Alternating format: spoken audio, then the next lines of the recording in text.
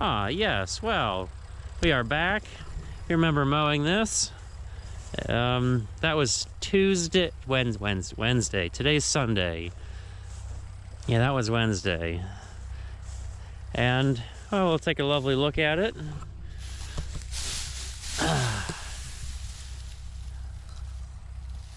Say it's pretty good for October 1st cutting. Couldn't complain. All the seed heads and stemmy stuff has deteriorated out of it, so it's just nice, lovely blades. And we're watching Dad rake. We're right behind him with the baler. Adam's here to drive. I get to do all the sweat work, but how can you sweat in a sweatshirt, right? I typically don't bale when it's this cool out, we'll say, just because I would like to be done, or the weather is usually stupid warm for this time of year. But this is just one 7-foot cut flopped onto another, and I think we're just going to rake this as doubles to keep the bales of hay as a nice regular length, because we could probably rake a triple and it'd be stuffing it in there. The tractor in first gear wouldn't go slow enough to the point I'd have stupidly long bales coming out, even though I have it set for 36 inches. Maybe that's for lighter hay. Most time I'm not making first cut in October that's so thick. So Dad's gonna come around here and we'll watch him pass by or turn around or whatever he's gonna do. And then we're gonna get started.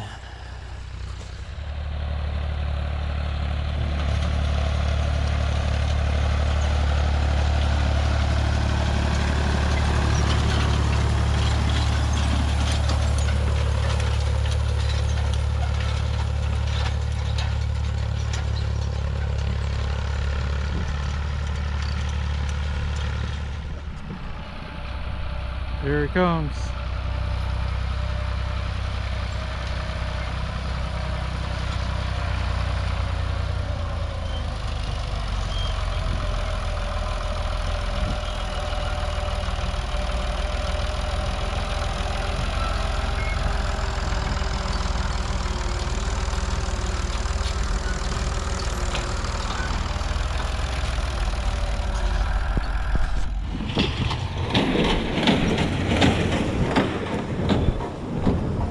Now time for you guys to get in on the sweat action.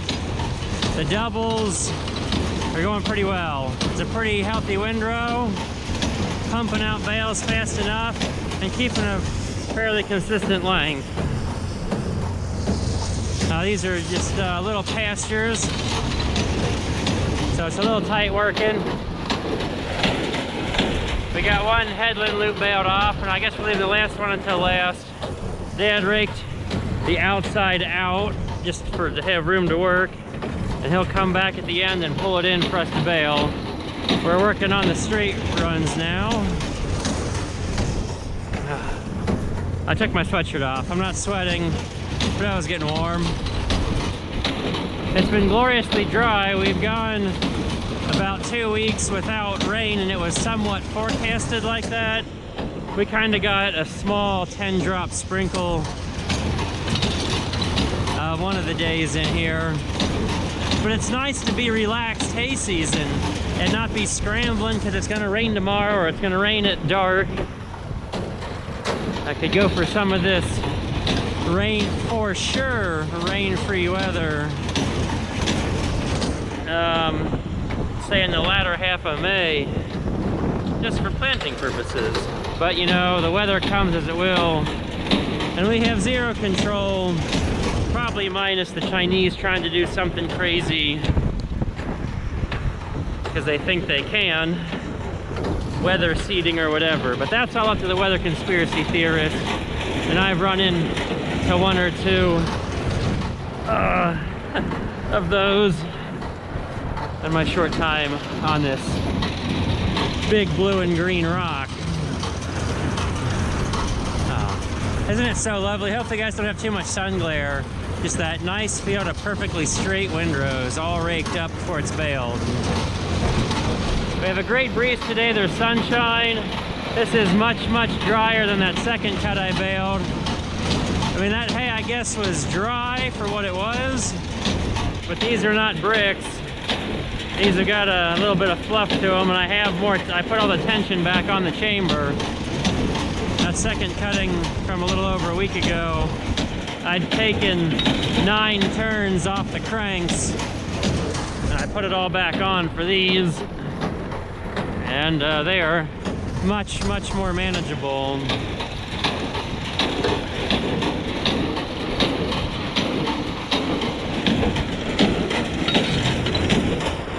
But I think that's the difference that having sunshine makes, being air dried versus sun baked. The sun will do a fantastic job of really evaporating the moisture away just with heat.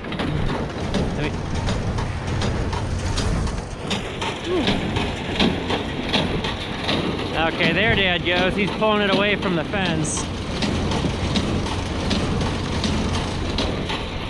I tried to mow as close to the fence as I could. And hopefully he didn't throw it too much with the rake into the fence.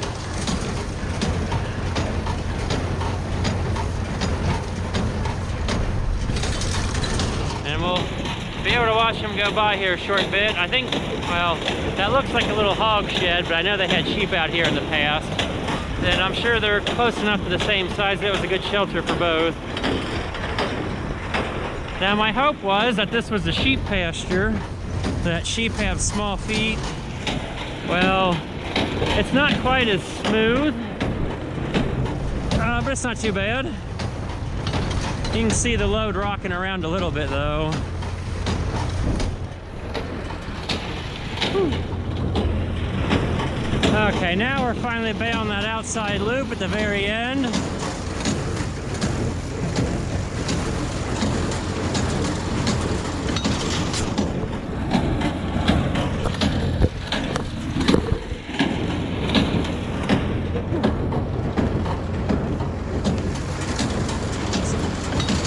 Dad's over in the other little pasture over there. We're raking it up and we'll take a nice slow view of all those short little windrows. Well, in between bales of hay. Oh, isn't that so lovely?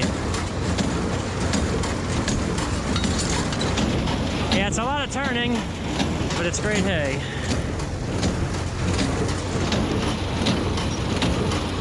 We just about have this whole area cleaned up, minus a few piles here and there. And we've made, I don't know, this is probably a little bigger than an acre over here. We've made 120 bales so far off of it. So that is perfectly fantastic and delightful. I don't know if we'll finish this column, plus there'll be room on the front. We'll end up taking a fresh wagon in on the other side, just because it's not easy in or out, so I don't want to, have to, pull a mostly loaded wagon in and then take it out 2 seconds later. But don't worry, there's more. There's more hay after this. We're not done yet. It just keeps multiplying. Oh, hey, look what time of year it is. Those beans look pretty dry and close to harvest.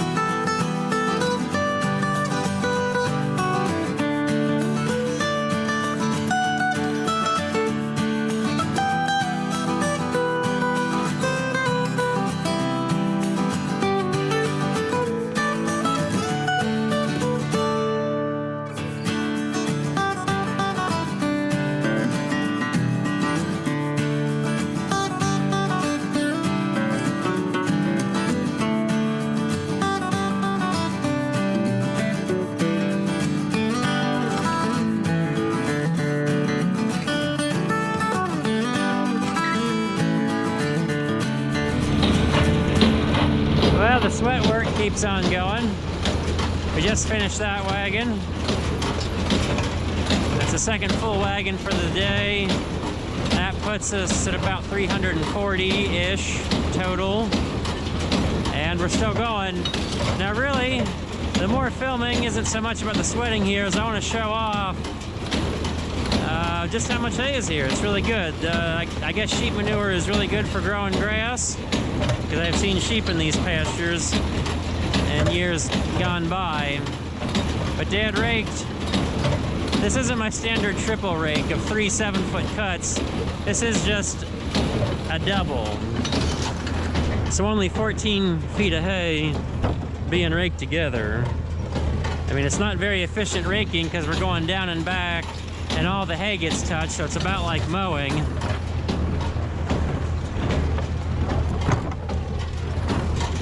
I mean, you see how big the windrow is. I couldn't imagine doing triples.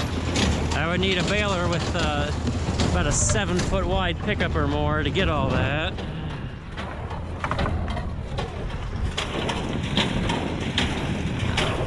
And I gotta spend a lot more time stacking than talking to you guys. Granted, you're on my head, so we can work and talk, but I'm trying to keep you guys from getting seasick spinning around coming up to the baler and then going back to the back of the wagon.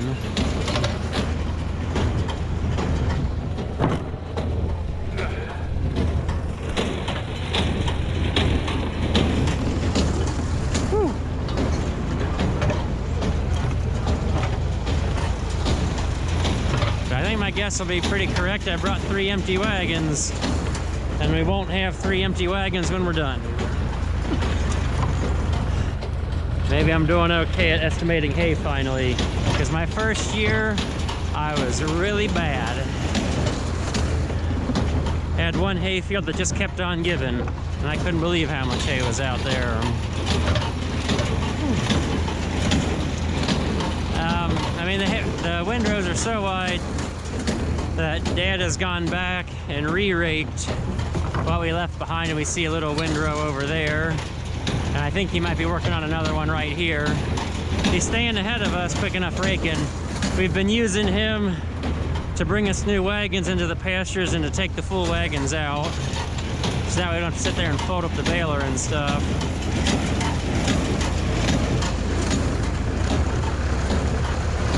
That's the nice part of the dolly wheel rake. You just pull the pin and drive away. It's like a wagon. Definitely worth the money to have the dolly wheels.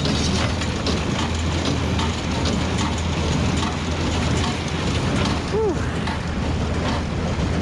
4 windrows and a loop around the outside. Left in this little area. We'll see how many we get out of that. Then we look over the fence and it just keeps going. Hey, hey, hey. So in the lovely glare, we have filled the 3rd wagon that I had anticipated, and we still have a lot of sunshine blinding us, but there's 3 windrows and this outside loop, and we are going to go get the flatbed to throw this last little bit on, because apparently I am still not the greatest at estimating hay, but I guess it's always good to have more. More hay is good hay. We still have to grab 1 wagon from the field, but it's the next day. And this is just a quick report that we made about 530 bales yesterday, and we're getting ready to go out and make some round bales now. Yeah, we had a few we had to pick up off the ground and throw on the flatbed because I ran out of empty wagons. Oops.